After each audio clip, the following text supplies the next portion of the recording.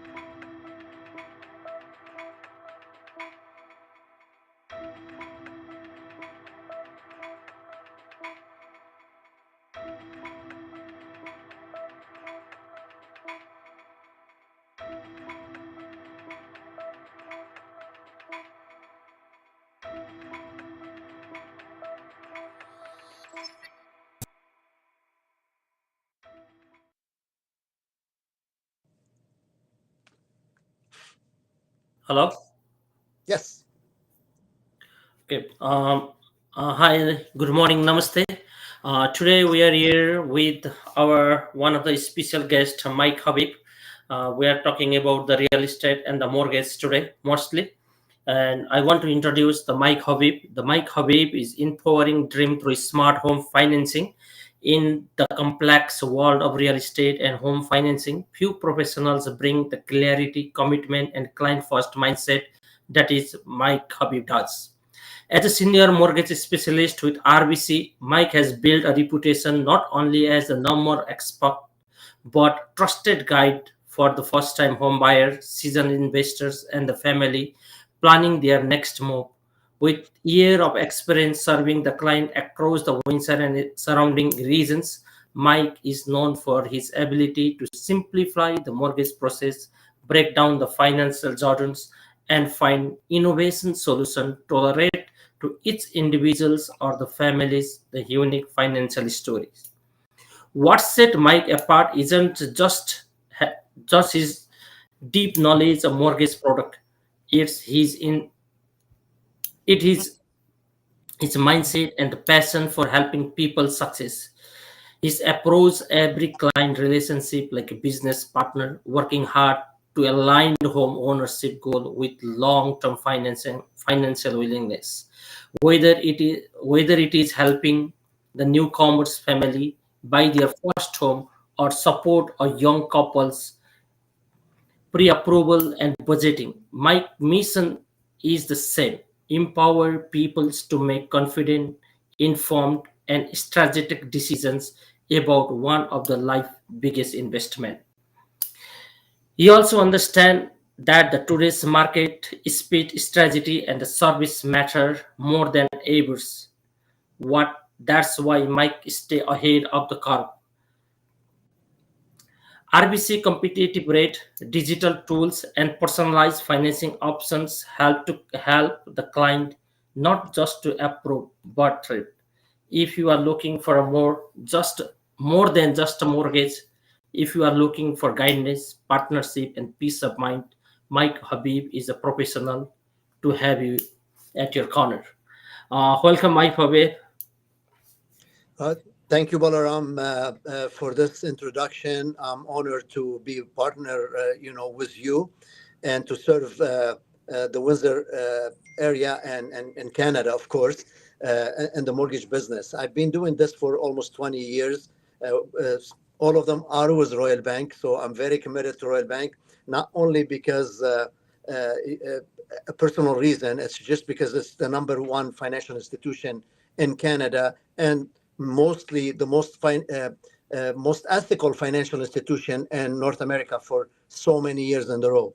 So again, thank you for the introduction. And the way I look actually at my business is not really from the the point of view. I look at my business as an advisor, trying to help people establish their goals of owning their own home and getting the best financial situation that help them paying that home the most efficient way, and and not to really buy a house and dictate or dedicate their life to service that house, but to be comfortable in enjoying that house that they buy.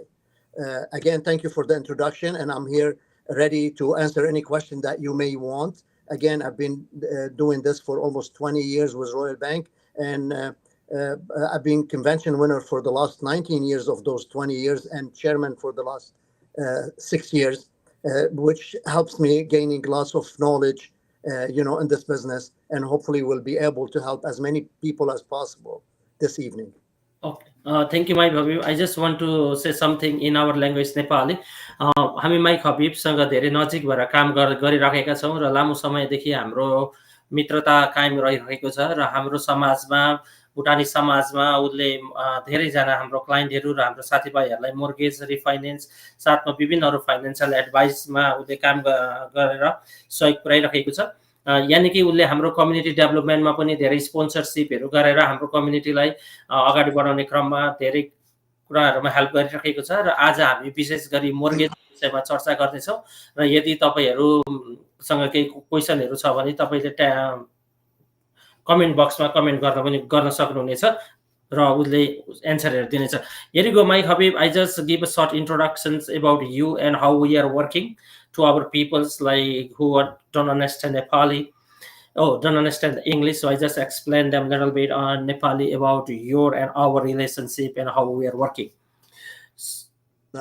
Thank you for that. And I've been trying really hard to work on my Nepali to try to keep up with you guys. It's on the road, but not yet. So thank you for helping. And again, I welcome all the communities, like whoever's, listening to this conversation and to this presentation, Nepali people or any other, community people as well. Okay, thank you, Mike. So let's start our conversation. So I'm gonna throw you one questions. Can you walk through the entire mortgage process from pre-approval to the closing in the way that easy as first-time home buyer to understand? This is a great question, but it pretty much resolved everything we're gonna be talking about. So I'm gonna start in order and just give you kind of title the lines to how the process goes and where it starts and where it ends. And again, I will leave it to the audience to ask the question that they want through that. So the first step actually to getting a mortgage or start in this process is looking for what we call a pre-approval. A pre-approval will give the client enough information, how much they can qualify for, what kind of house they can afford based on their income and other aspects like the credit and all this stuff, okay? And give them enough ideas about how much the monthly payment, whether they can afford the property or not, so they can start their venture of shopping for a property with confidence.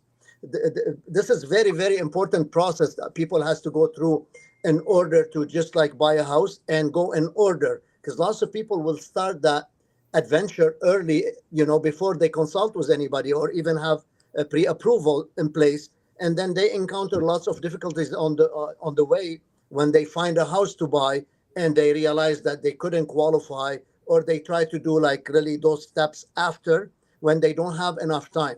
So the best way of approaching this is, first thing is going for a pre-approval at early stage, which would give them enough information and they can start shopping for a property with confidence. So what's the most common reason that first-time home buyer is struggling to get pre-approved?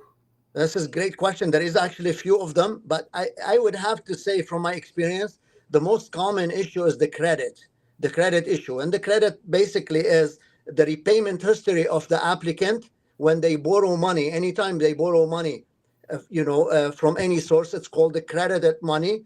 And the banks or other financial institution, they want to see how the people repay that money, how much they borrow, can they afford that? And that will give an indication about the personality of the person, the affordability of the person, and see if they can qualify to borrow more. Meaning, to make it more simple, they will try you for the smaller amount of money and see how your repayment is. Are you comfortable? Do you like to pay? So they can trust you for the bigger amount. So I would have to say the credit bureau report is the most important part, or the most common reason why first-time home buyers find difficulties approaching. Second one, I would have to say affordability, if they can qualify for what they want or not, because most people under the influence that they can buy whatever they want, or maybe they want to buy more than what they can afford. So affordability is very big factor, which will take into consideration the total household income, or all the applicants' income versus the expenses that they're gonna encounter between the mortgage payment, property tax, and other bills that they may have to pay during that process. So the most common things, I would say, credit bureau and affordability. Okay, and what the score should they aiming for the credit report, the minimum score for the credit report, and if they want to improve it, what's the best way to improve the credit report? Again, another good one. Okay, the credit bureau report basically is, again, tracking the history of repayment of any applicant. Okay, to see the minimum, the lowest score is 300. I've never seen it, but that's the lowest possible score. And the highest possible score, it's called Beacon score, is 900. But I would have to say any score, but over 700, we call it in the good area. And then again, it improves. The higher, the better.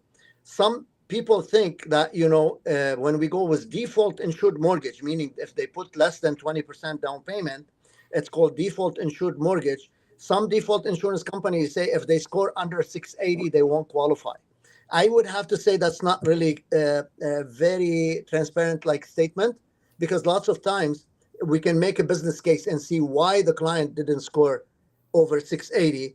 And certain cases, let's say their credit bureau has been pulled so many times, so which is so many inquiries on their credit bureau that lowers their score. And here you can make a business case and tell the underwriters that these people didn't score low because of bad credit or a problem. It's because they didn't have the knowledge not to have so many people pulling their credit bureau.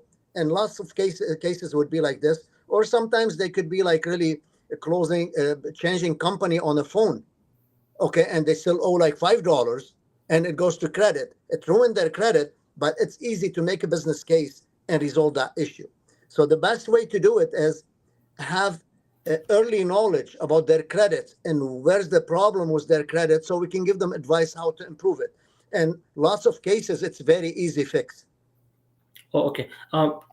In regarding to the credit score, so if I'm new to Canada, like just 1 year Canada, but I'm working and my credit is not built like enough, so how we gonna work with that one? Well, normally for newcomers, we can get away with they have enough of 1 year credit in Canada with 1 or 2 trades. Now, if they don't, because lots of people, when they come to the country, they don't know that they have to establish credit. Like where I came from, we had no idea what credit means. We don't have anything of that nature.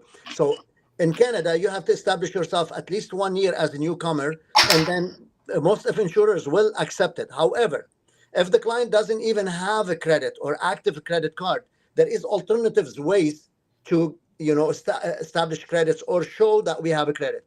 Some of them are a landlord letter if they're renting, and 1 full year of rental payment, plus 1 full year of some direct deposit payment or direct payment on insurance or hydro or phone bill. 2 of those with the landlord letter, we can use it as alternative credits as long as we have a full year of those. Oh, okay. That's the good information. Yeah, lots of people don't know that. And, unfortunately, lots of people that do mortgages don't know that. Mm-hmm. Yeah, right. Yeah, when sometimes the different mortgage broker or a specialist, they ask the different paperwork for the same amount of mortgage, right? Yes. Yeah. So there is the many loopholes to play around. So if we get advice from the good mortgage specialist, then it's easy for us. The process is so easy and easily we got approval. So how much we want. So there is a lot of rumors or like a lot of like everything is going on around the head of the peoples and everything about the minimum down payment. So let's make clear to our audience about the minimum down payment. So how much minimum down payment we can put it in our first home, like second home, for investment property, like in different breakdowns. So let's start from the, if I'm buying my first home, how much down payment should I need?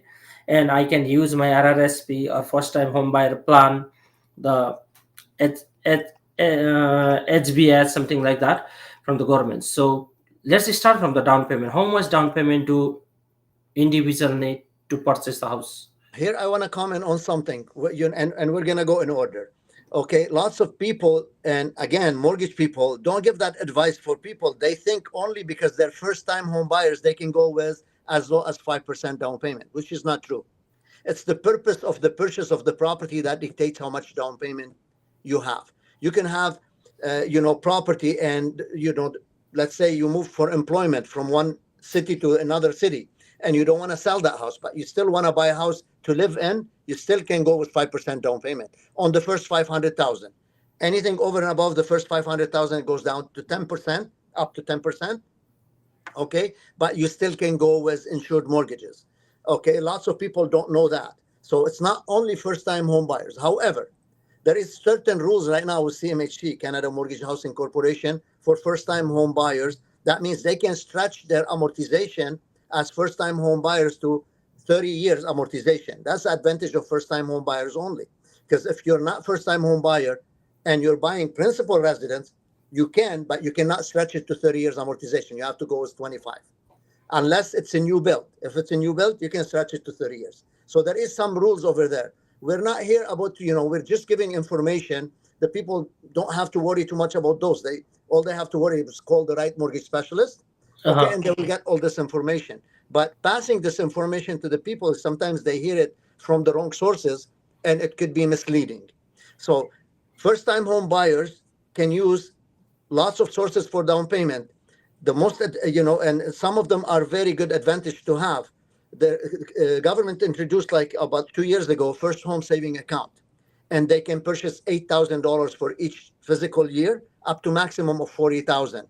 That operates like the RRSPs, and they can go online and find it, or they can contact their bank and find how the first home saving account operates. They can go up to 40,000 of each applicant. Okay, but again, 8,000 every year, and they accumulate it every year. Okay, that can be used for down payment. Second, first-time home buyers, and here it's not only for first-time home buyers. As long as the applicant did not own a house for more than 4 years, going into the fifth year, they can use RRSPs up to 65,000 each applicant. That's first-time home buyer. And also, if you're not first-time home buyer, if you didn't own a house for more than 4 years going into the fifth year, for RSP purposes, you still can use that 65,000 again. Okay, so those options are very good for people. And again, I'm not gonna explain about the RRSPs. We're not here in financial really session, but just to give them an idea that they can cash each applicant up to 65,000 RRSPs. The condition for that RRSPs to be cashed for down payment on a mortgage to buy a house, they have to be in the RRSP account more than 90 business days.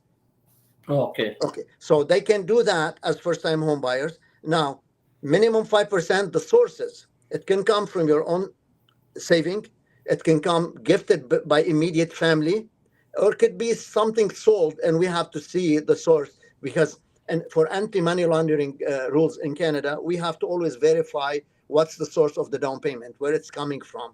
Mainly if we look for 90 days history, if it's in a business account or in an investment.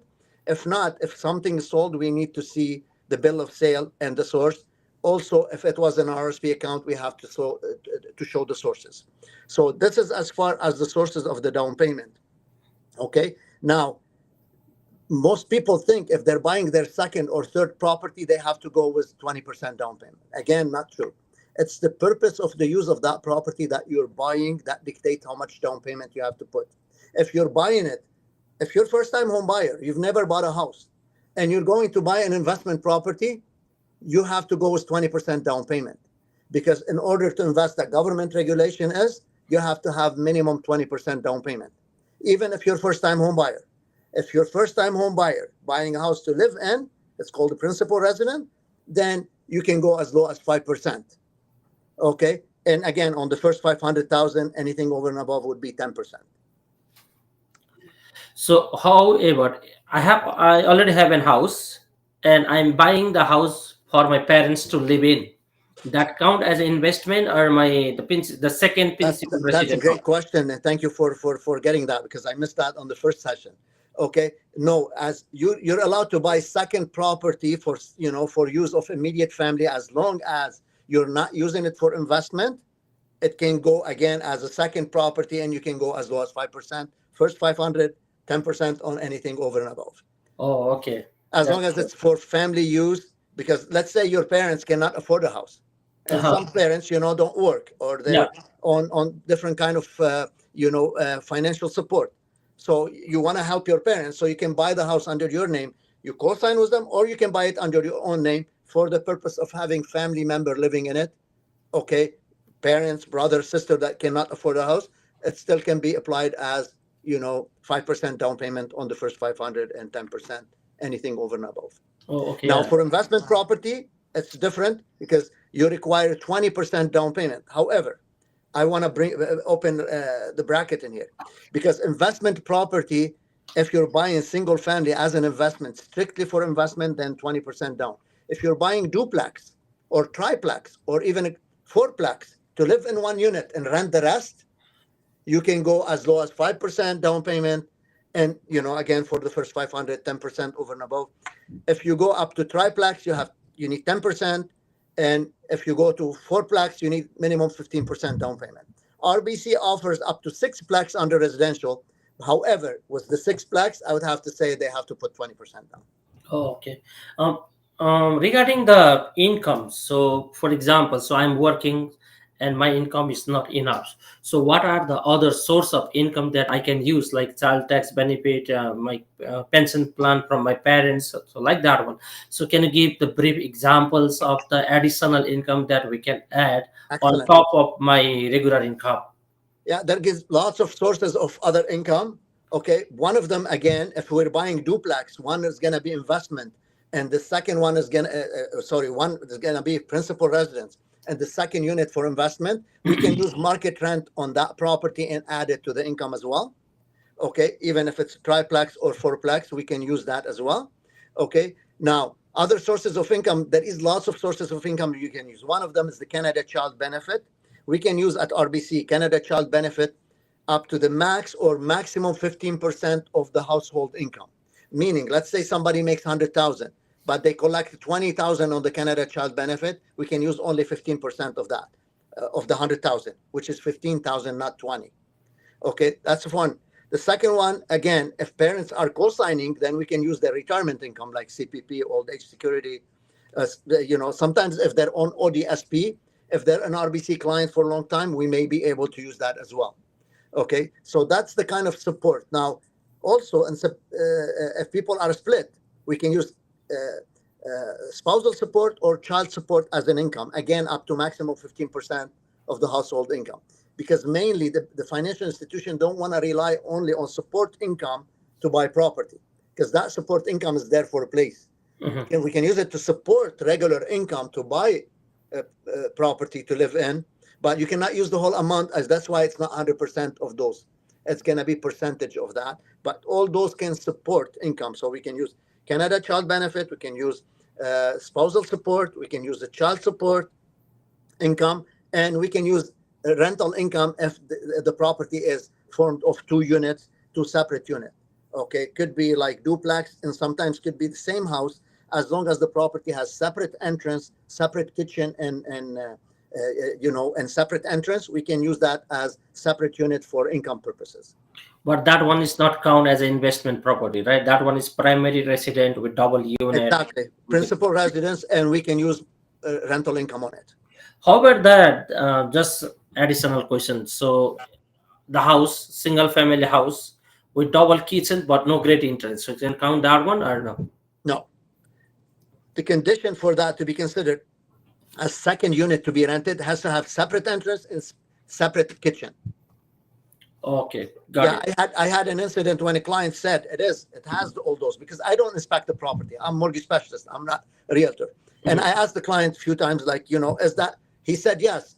And his opinion, because the people bought the cabinet and they had it in the kitchen, in the basement, and the basement was fully completed, but there was no kitchen.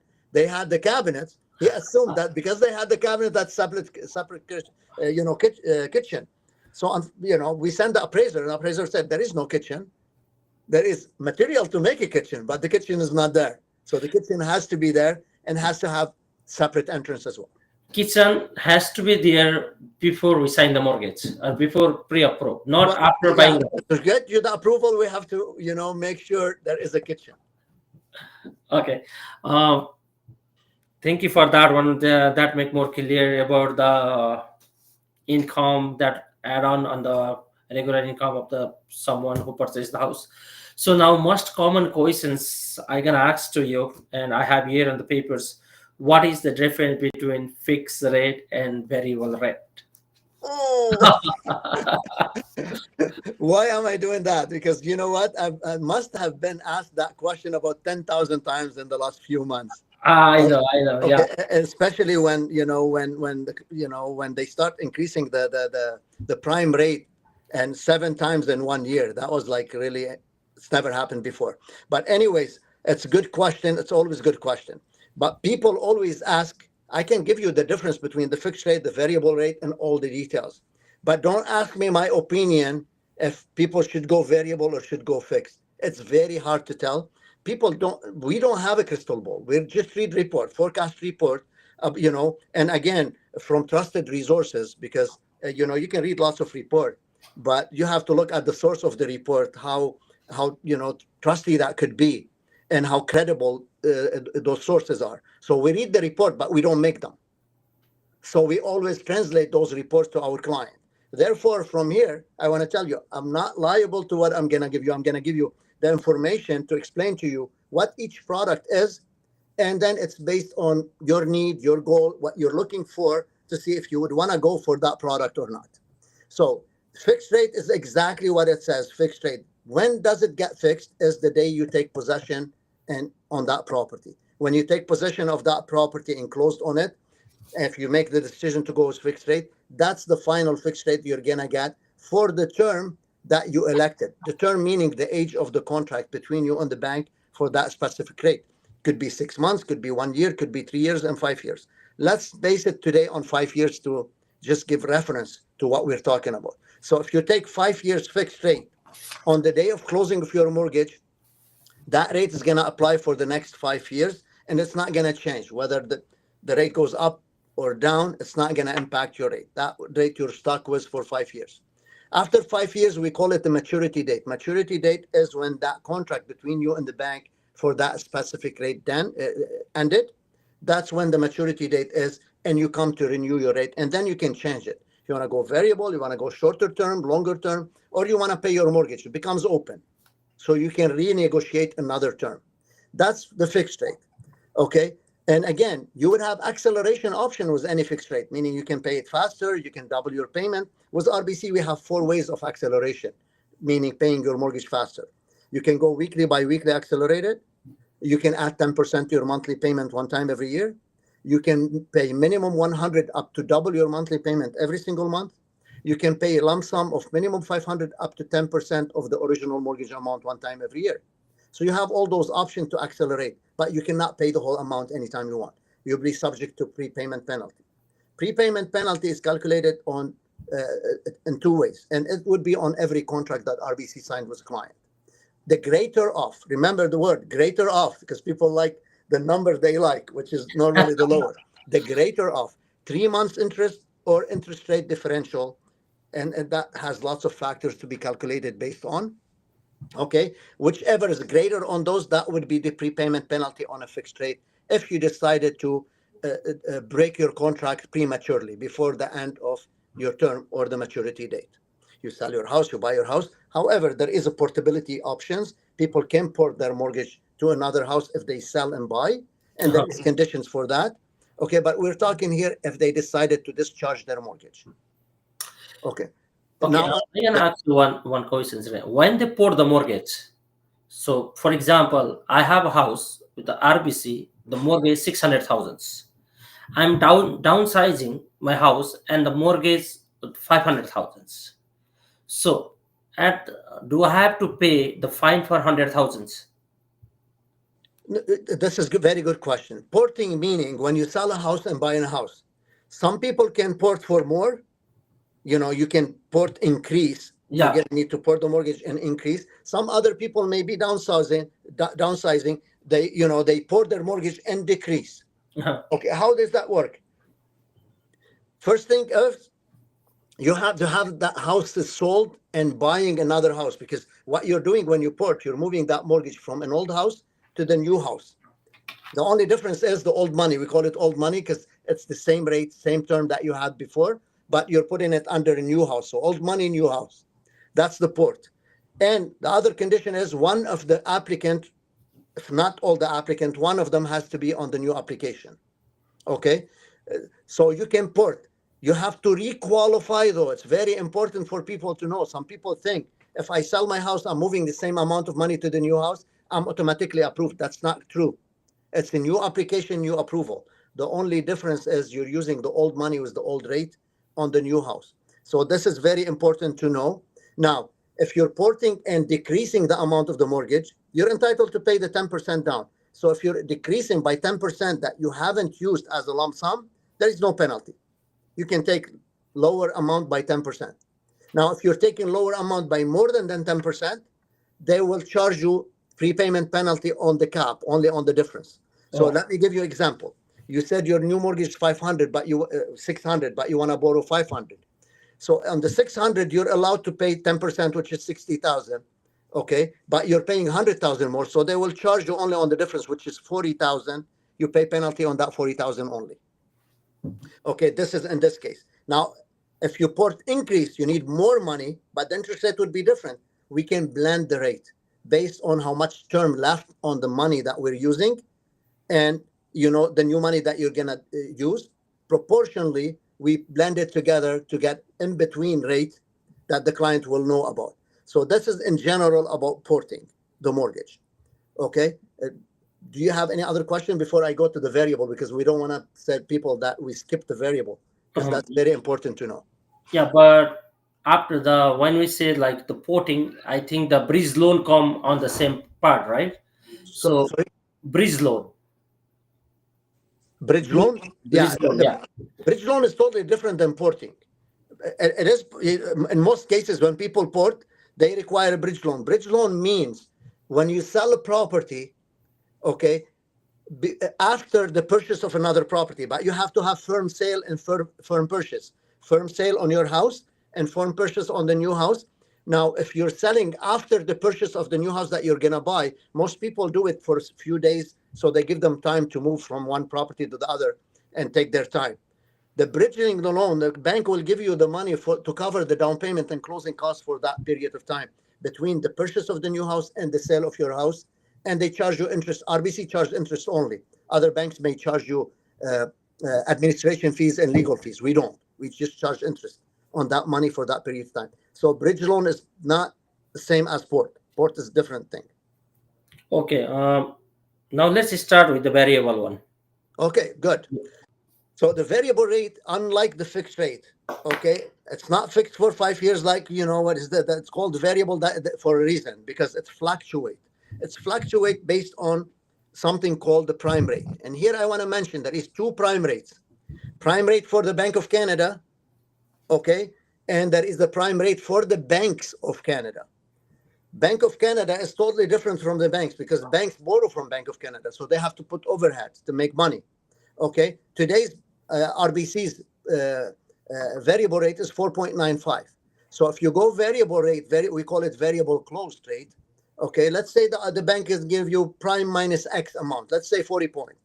So 4.95 minus 40 points would be 4.55. Based on today's prime rate of bank RBC, your rate would be 4.55.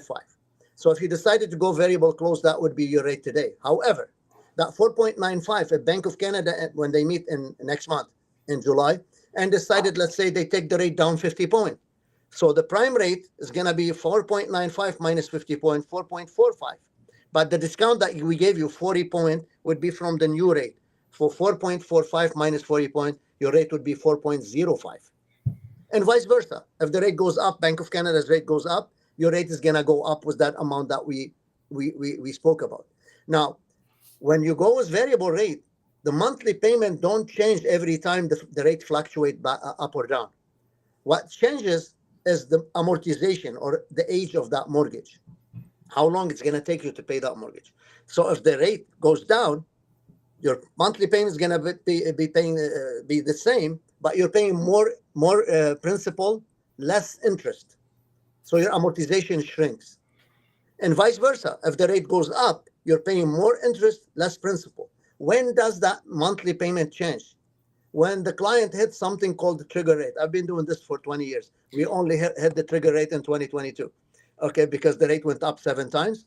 So lots of people hit the trigger rate. Trigger rate meaning that monthly payment is interest rate or less on the amount of money that you borrowed. So if the prime rate keeps going up and now the monthly payment that you're paying consists of only interest, the bank has to contact you and tell you we have to increase your monthly payment with certain amount of money. Your amortization will be stretched until such a point where you're paying interest only. Then the bank has to contact you and tell you we have to change your monthly payment according to that, based on the new interest rate.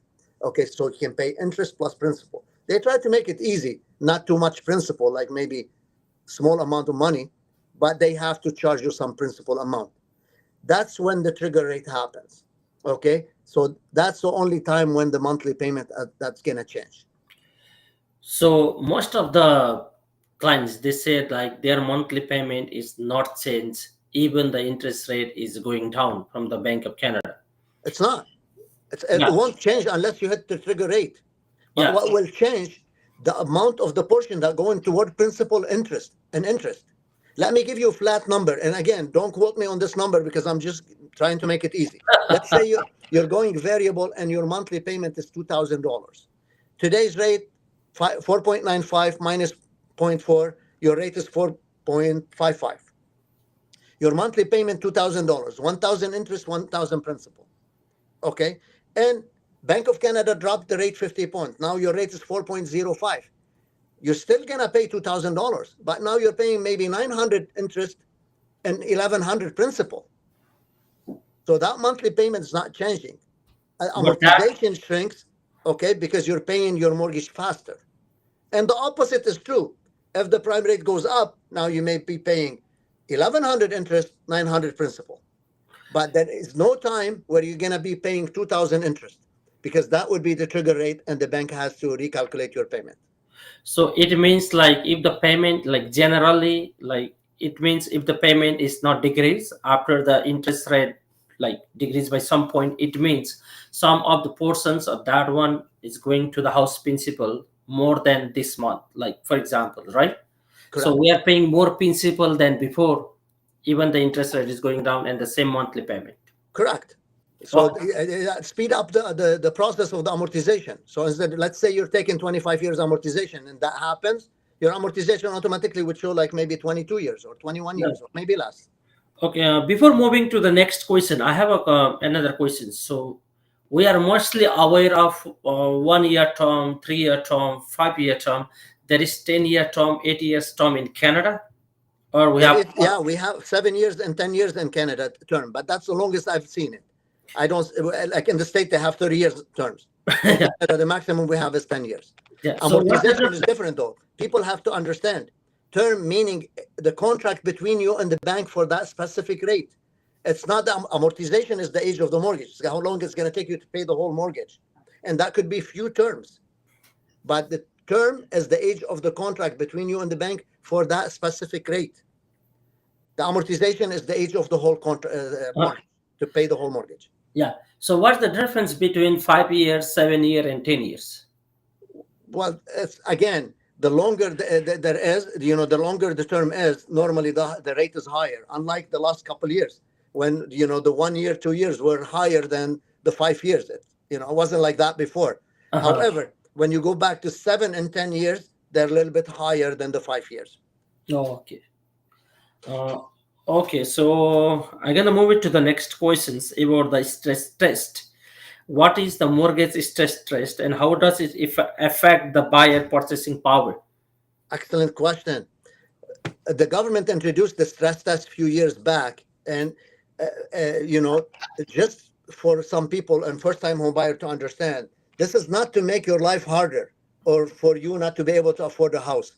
The stress test was done in place so when people come to renew their mortgages after a few years, they still can afford that house. And how does that work? When they introduced the stress test, we had a posted rate, let's say, of 5.25, and but the sale rate was in the low 2%, let's say 2.25.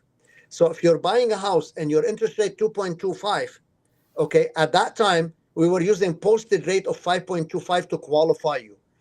That means we based your calculation on the monthly payment to service that mortgage on the posted rate of 5.25. Truly, in reality, you're paying 2.25, and that's what's going to reflect your actual monthly payment. But the calculation for the application purpose was based on that 5.25. Why is that? Because the government anticipated in 5 years when you come to renew your mortgage, if the rate goes up to 5.25, you still can afford that house because that's what we approved you on that base. And what's happening right now from 2020 till now, basically we're not there. We're at like in the low 4%.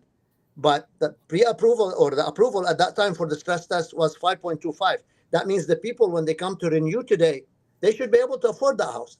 It's true that they're going to be paying more money.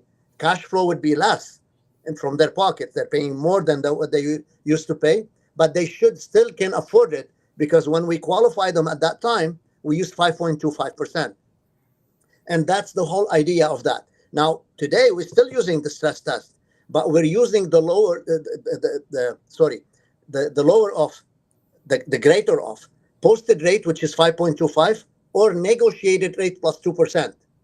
That's the rule all the time for the stress test. Today's rate, let's say 4.2% plus 2%, that would be 6.2, which is higher than 5.25. So we have to use the 6.2 to qualify the client.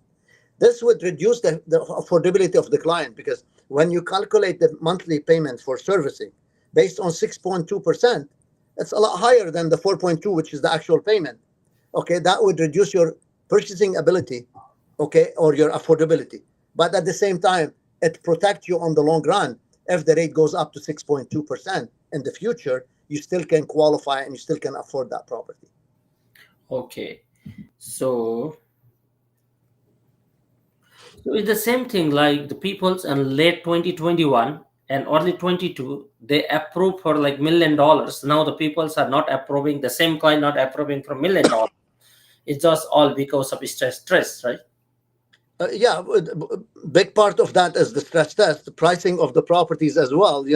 From 2021 to now, in the market, like really prices have jumped up really high. And the trend normally for properties, when they go up, when there is a busy market and lots of demand, they go up like 20-30%. In our areas, certain time we saw 100% increase in prices. While when the market trend to go down, it doesn't go down in that rank. It goes down 2%, 3%, and very rare cases 7 or 8%. And the reason why, because most people, when they bought their houses 2 years ago or 3 years ago for let's say higher price of 500,000, if they have to sell because they have no choice, again, they cannot afford it, they will sell for 475, maybe 450, but they're not going to go and sell it for 200. They prefer not to, to do anything. So that's why the trend when the properties are going up, it's a lot faster and higher than the trend when the properties, value going down. In general, that's what I noticed in the market. So that's why affordability is not there, and because the prices of the houses are up. And the other part is, the stress test. Another part that people don't see, I've told you, I've been in the market for 20 years. A few years back, 15, 16 years, they used to have 40 years amortization with 0% down payment. So, and no stress test. That means somebody can, qualify for a lot more than what they qualify for right now. It doesn't mean I agree with that or not. I think they should reach a point in between.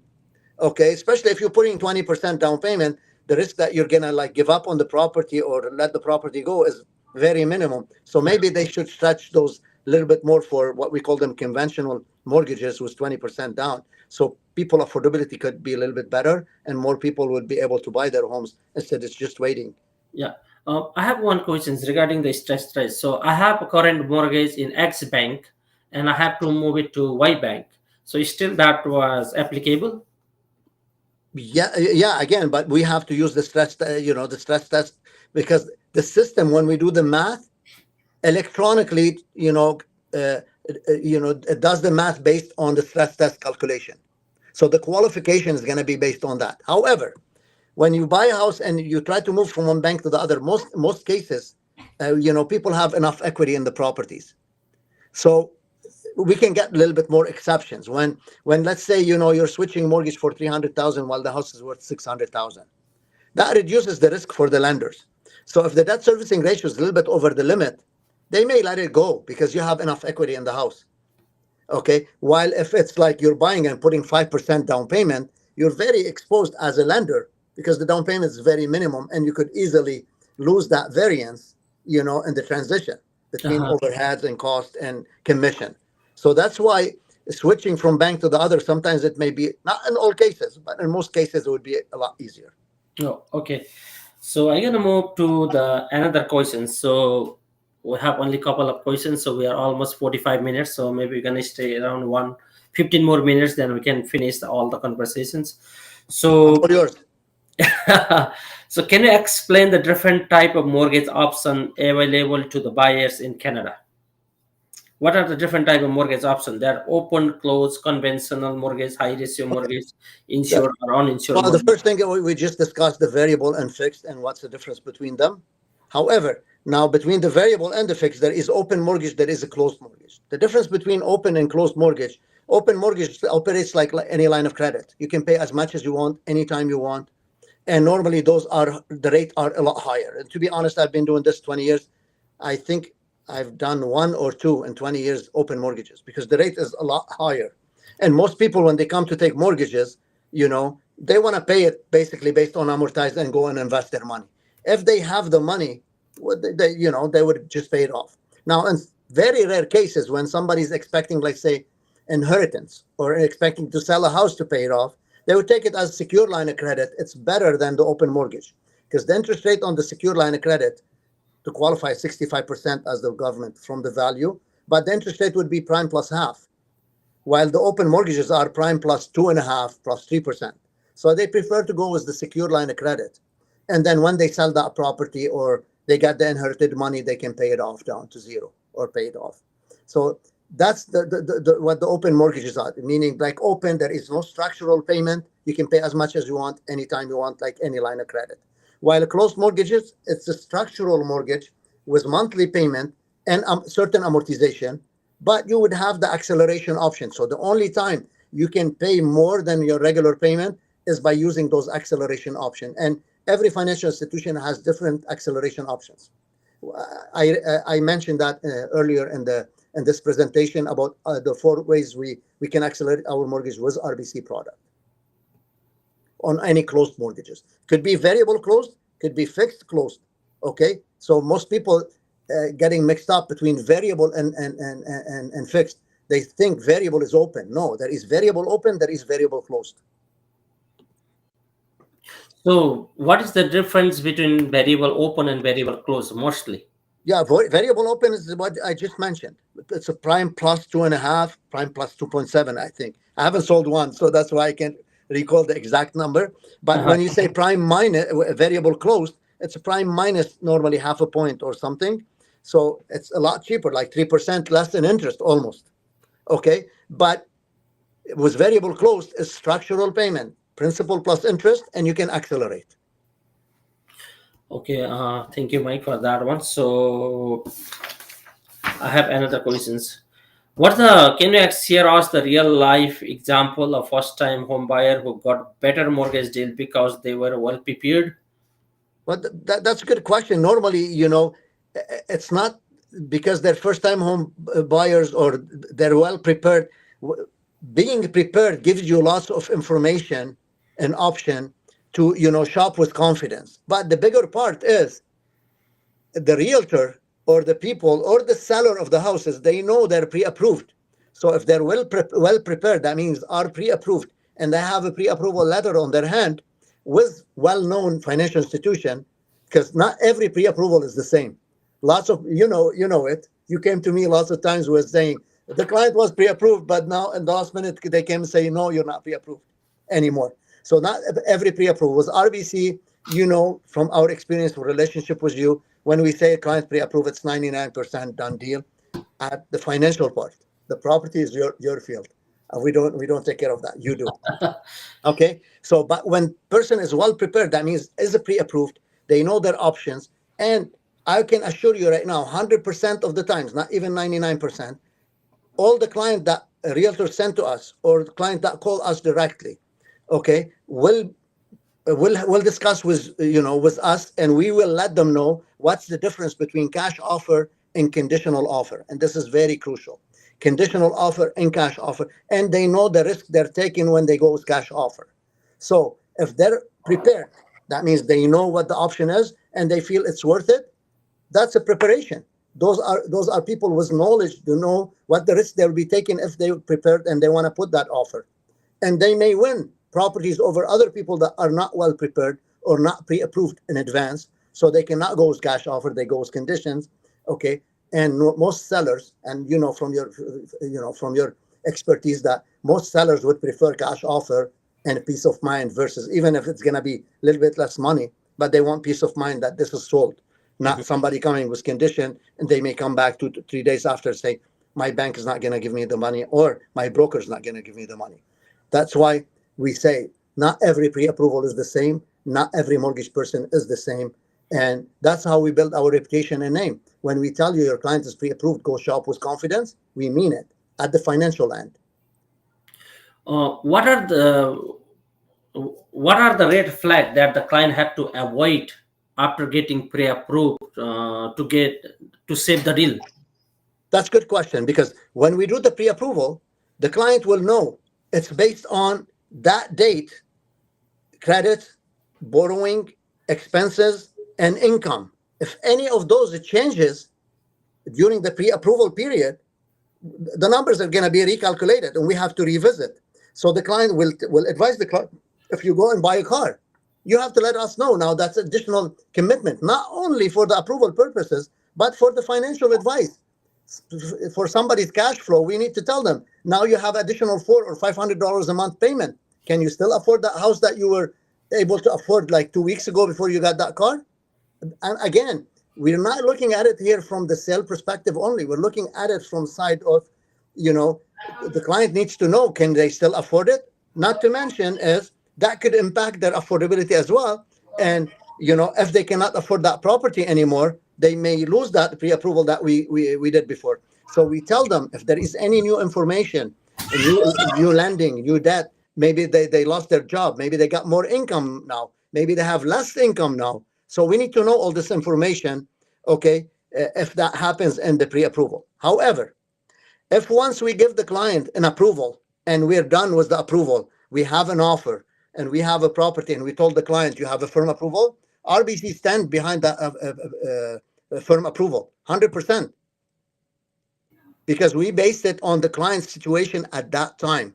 If something happened after, it doesn't happen very often, but it's possible. Yeah, it's possible. So just I have one question regarding that one. After the pre-approvals, so I decide to go to college and I apply for the OSAP, but my class start from September, but my closing is in August.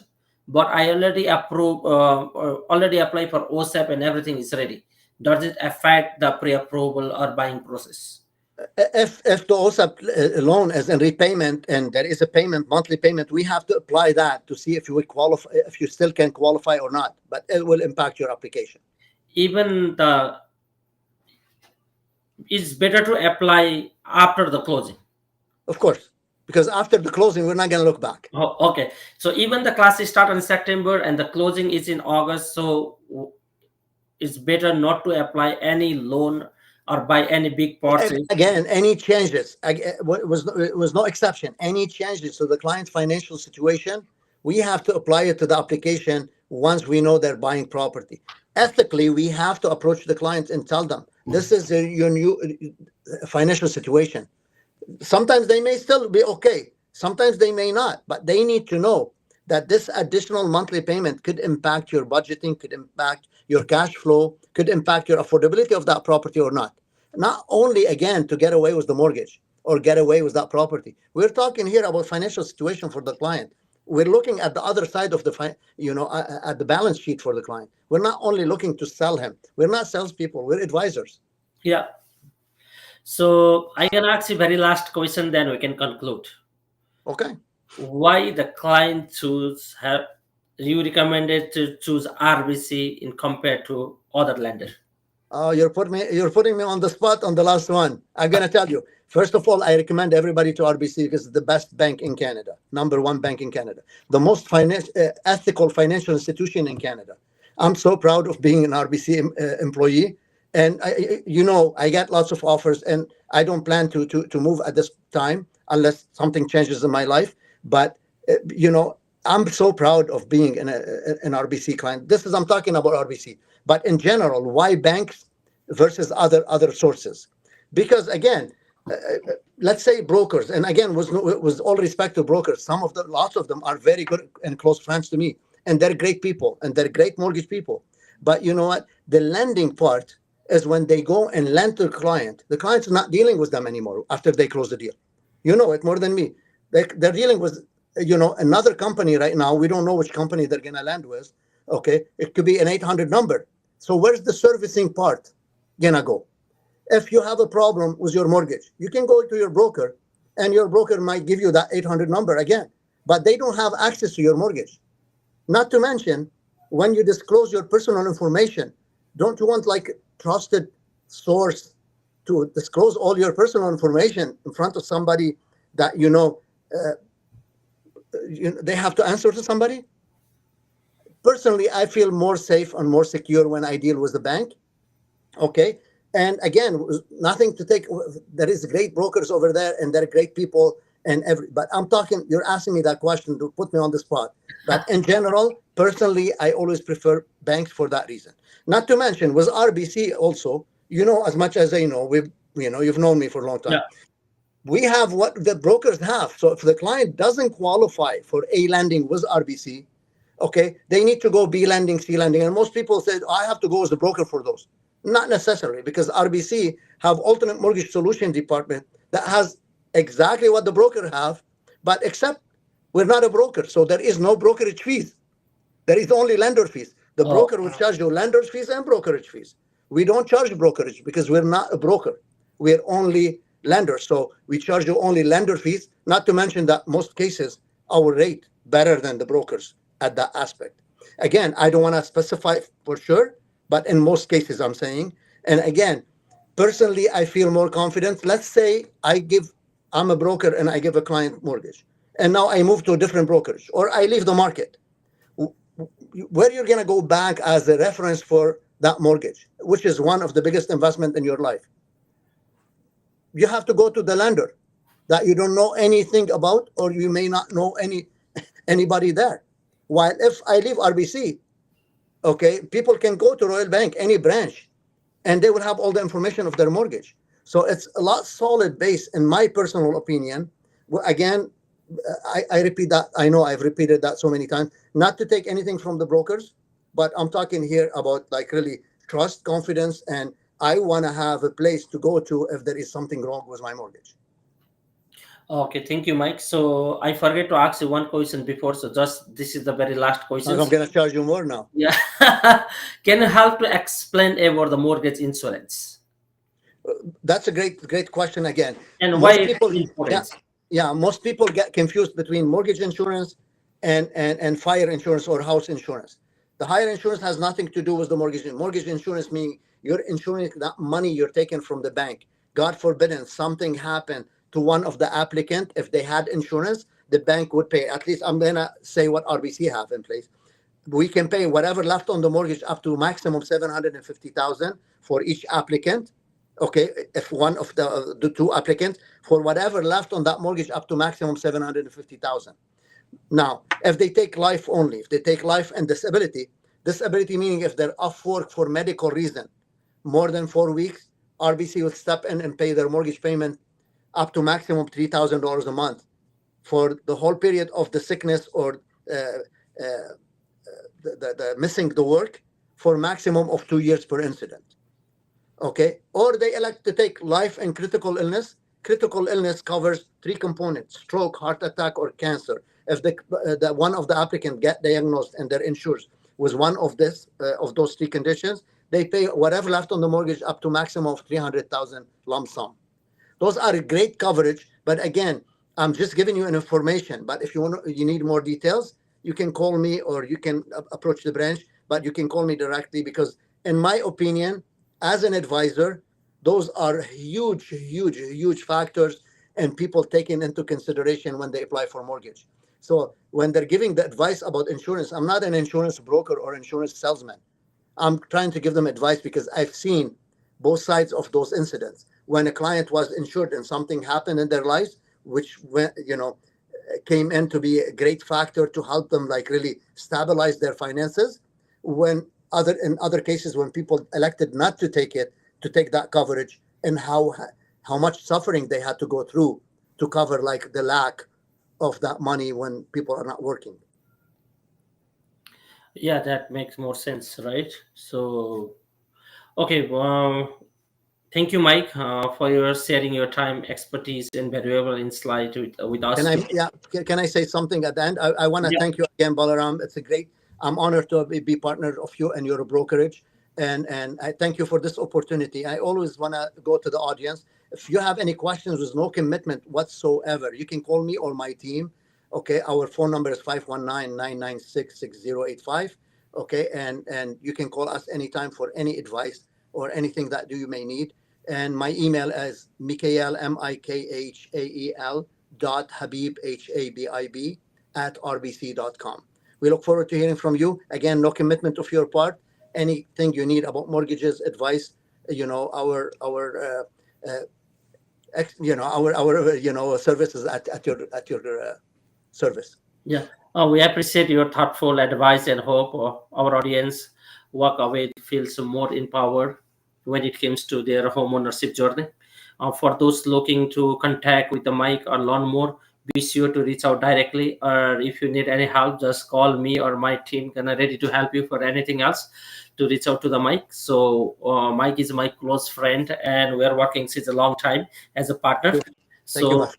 Yeah, anything related to the mortgage, refinance, or even you are trying to move the bank from one bank to another bank, and Mike is always there and helpful. He can work only 365 days, 24 hours.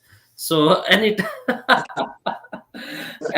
any day, you can call. I have to cut you off. At 3 o'clock in the morning, I nap. So anytime but 3 o'clock in the morning. Yeah. Okay. Thank you, Mike, for all your help, support, and guidance to us. And thank you on behalf of our client. Thank you for your guidance too at the same time. And thank you for your time today. Thank you. Okay. Thank you. So I was just going to say something in Nepali, then we can leave the screen. Okay. अहिले तपाईँ सुन्नुहुँदै थियो उज्यालो हिंसरको प्रस्तुति कार्यक्रम mortgage 401 Homes Realty presents Ujyalo talks. Title sponsor 401 Homes Realty. के तपाईँ घर किन्न वा बेच्न चाहनुहुन्छ? तपाईंको सपना साकार पार्ने real estate company 401 Homes Realty. हामी तपाईंको घर किन्न, बेच्न वा लगानी गर्ने निर्णय